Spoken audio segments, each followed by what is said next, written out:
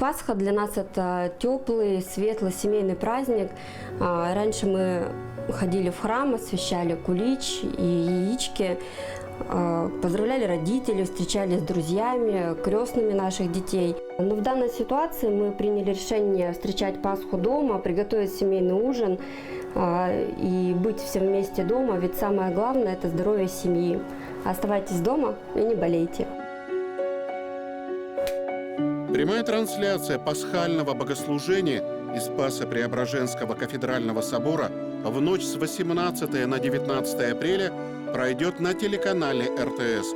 Божественную литургию, которую совершит архиепископ Абаканский и Хакасский Иоаннафан, вы также можете посмотреть на страницах РТС в соцсетях, в Одноклассниках, ВКонтакте, на YouTube-канале и услышать на радио Хакасия ФМ 91,5.